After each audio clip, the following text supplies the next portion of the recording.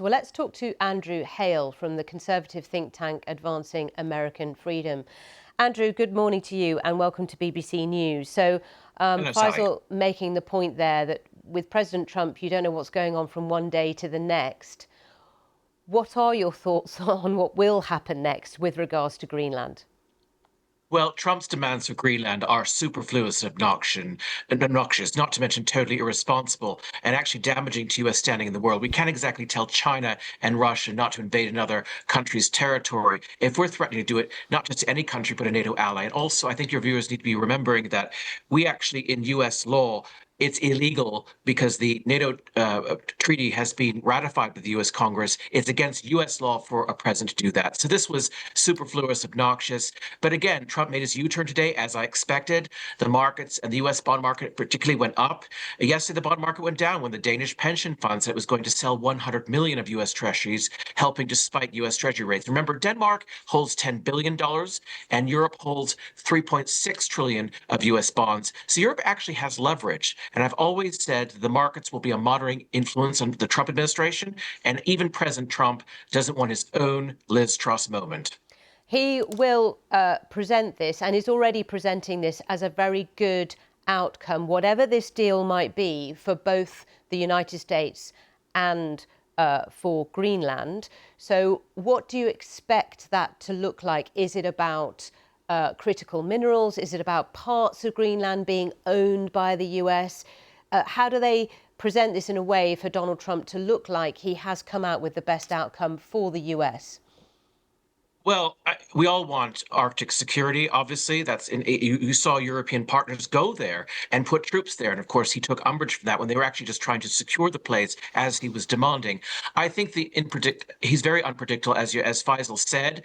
But I think my takeaways from that sort of tedious 1.5 hour speech were the wild claims that were not based in fact. For example, he said foreign direct investment in the United States, had climbed to 18 trillion. It was actually less than 300 billion, and last year declined by 9%. So he has a tendency to make these wild claims, which, and all of this, including the comments he's making about Denmarkers' aspirations, they are aspirations, but he's already presented them as complete wins. And I think we have to bear that in mind. It's more about the performative messaging than it is based in reality. And how is that messaging being received across the US? I mean, obviously, I'm clearly hearing your view on things and your take on this, but what is the general feeling? I assume it's very polarized, is it, in the US at the moment on all of these issues? Well, the actual polling day shows that most Americans were opposed to this. He's actually being a lot more unpredictable and more extreme in his second term than he was in his first term. And that's actually coming through in the polling data. People thought they were going to get Trump one again, and Trump two is remarkably more extreme and more different.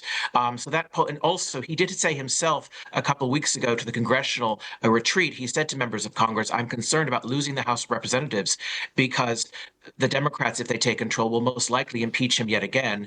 And he's doing pretty much everything you can do to make that happen because this is not popular behavior amongst the American public, given current polling data.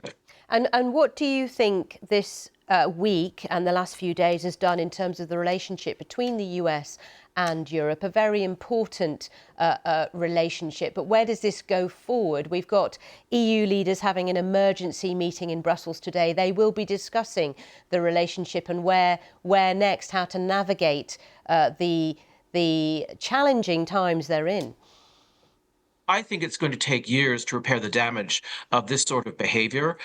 Just talk from my conversations with European Union officials who do trade negotiations. They say that they want to placate the beast, try to get the lowest tariff rate possible, and then find more reliable trading partners. And we're already seeing that. We're seeing countries like Canada, for example, purchasing more auto parts from Mexico than the US for the first time in decades. They're finding supply chains away from the US and China saying, we're open for business. We've, of course, seen countries go to China now. It's actually pushing our allies into the arms of China. So it's actually been quite devastating.